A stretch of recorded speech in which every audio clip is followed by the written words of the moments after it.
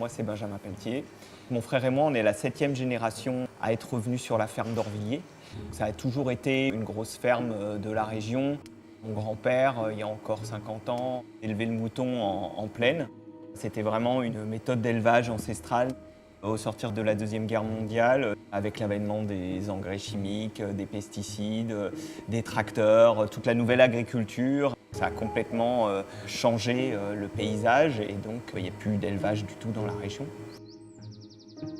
Donc ici, le fournil, toutes les installations, elles sont dans l'ancienne bergerie de la ferme. On s'est installé fin 2012, on a commencé à faire du pain en 2013. À la base, c'est mon frère qui voulait reprendre la ferme. Et c'est vrai que moi, voilà, il y a 10 ans, je ne voulais pas revenir ici, parce que c'était la bosse, la culture intensive. Et en même temps, chemin faisant, je me suis dit, voilà, tu as ce patrimoine familial-là. Et si tu veux emmener quelque chose et continuer quelque chose, ben, peut-être que apporter le bio et convertir la ferme en bio, bah, je trouve que c'est une bonne suite à donner à l'histoire. À la base, je suis infirmière. Je cherchais à me reconvertir et j'en suis arrivée à cette transformation simple quelque part du blé pour arriver jusqu'au pain. Je me suis rapprochée d'une ferme, donc la bergerie de Villarceau, pour apprendre la meunerie. C'est là-bas que j'ai rencontré Adrien, donc Adrien Pelletier. Eux avaient commencé depuis 1 an et demi la boulange ici à la ferme d'Orvilliers et ils commençaient à être bien débordés à 2. Donc je suis venue les rejoindre et puis j'en suis jamais repartie. Donc ça fait maintenant bientôt 4 ans.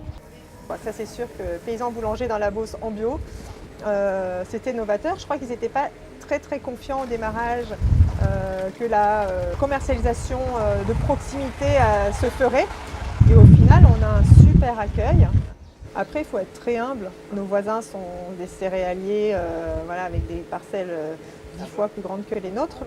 On adorait qu'ils soient tous en agriculture biologique. Ça se fera progressivement, mais maintenant, ce n'est pas à nous de leur donner des leçons non plus, quoi. Sur la ferme d'Orvilliers, on est donc 3 associés maintenant et un salarié. Donc on a Adrien qui est beaucoup plus dans les champs, donc qui est l'ingénieur agronome, donc qui va s'occuper des cultures, des rotations, de l'organisation de tout le travail au champ. Benjamin, son frère, lui est vraiment le grand technicien de l'équipe, va s'occuper de tout ce qui est stockage, triage, meunerie. Il est aussi boulanger autodidacte. Je ne suis pas un boulanger, je ne suis pas un meunier, moi je suis un technicien avant tout, en fait. J'ai fait des études de mécanique, bureau d'études, tout un cursus universitaire comme ça. Et voilà, quand tu refais le monde, un jour tu te dis « Ah bah ouais, ce serait cool que tu fasses ces céréales, moi je ferais du pain. » Et puis comme ça, on irait vraiment du début jusqu'à la fin avec tu vois, le pain qui a du sens d'un point de vue culturel. La boulange, du coup j'ai cédé un peu ma place à Hélène. J'aime bien les machines et je me suis un peu attrapé tout le process du stockage, le triage, le nettoyage, la meunerie et en même temps d'affiner les installations pour effectivement avoir une réflexion sur la pénibilité et la praticité. Ce qui nous a toujours tenu à cœur, c'était d'allier qualité du travail, vie au travail agréable et notre vie à côté, vie familiale. Donc on ne travaille pas la nuit et on ne travaille quasiment pas les week-ends. Alors je dis quasiment pas parce que bien sûr quand les champs l'exigent, Adrien doit venir faire des choses au champ les week-ends. Mais à part 2 heures pour faire les levains le samedi, on ne travaille pas. Le plus tôt qu'on commence le matin, c'est 6 heures. On finit des fois à 20h, 21h, mais on concentre, on a des journées longues, mais ça nous permet d'avoir nos mercredis avec les gars, parce que voilà, on a des jeunes enfants. On va utiliser le froid de ce fait-là. Ça, c'est pas utilisé dans toutes les boulangeries bio. Donc de pouvoir ralentir les fermentations, ce qui nous permet de sauter une nuit, ce qui nous permet de ne pas revenir le dimanche. Et si on n'est pas satisfait de quelque chose, on a encore de la latitude en fait pour remettre en question un process. Et du coup, c'est stimulant intellectuellement de réfléchir, tu vois, à comment on va organiser ça. Quand le blé il arrive du champ, on le pompe avec une suceuse à grains, un énorme aspirateur. Là, on le pré-nettoie, on le passe dans un cyclone à poussière. Voilà, on passe le grain dans un gros courant d'air et on règle l'aspiration pour aspirer tout sauf le grain. On stocke le grain. On le refroidit tout l'hiver avec des ventilateurs. L'objectif, c'est de le redescendre entre 0 et 5 degrés, au moins dans l'hiver, pour tuer tous les insectes. C'est le meilleur moyen de conserver le grain.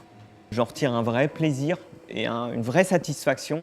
Mon engrain est super bien décortiqué, c'est propre. Je vais faire une belle farine et je sais que derrière, j'aurai un produit de qualité.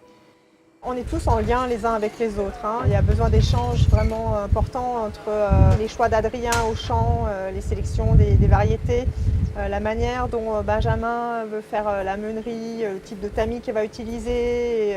Donc ça déjà c'est quelque chose qui est très différent d'une boulangerie conventionnelle où ils reçoivent une matière première et qui est d'ailleurs assez standardisée et ensuite donc ils font toujours la même manière leur pain. Donc voilà, nous on doit être en lien pour pouvoir justement s'adapter. On fait du pain de blé, évidemment, qui change chaque année de variété, puisqu'on fait vraiment des sélections au champ, donc ça évolue, c'est pas du tout statique, même pour le blé. Ensuite, on fait du pain de petit épeautre, ce qu'on appelle l'engrain, une céréale bien ancienne, du pain de grand épeautre non hybridé, sarrasin, quinoa et lentilles, un pain pur seigle. C'est pour nous des fabrications différentes, parce que vraiment, on doit les traiter de manière différente. Et c'est ça qui est passionnant. C'est comme c'est quelque chose de vivant, la fermentation, et que les farines sont très différentes d'une variété à l'autre. On s'adapte, que ce soit en meunerie, au pétrin, au moment du façonnage, de la cuisson. Donc c'est pas simplement une gamme de pains, c'est un challenge au fournil et en même temps quelque chose qui nous permet de ne pas nous endormir. Et rien n'est totalement acquis.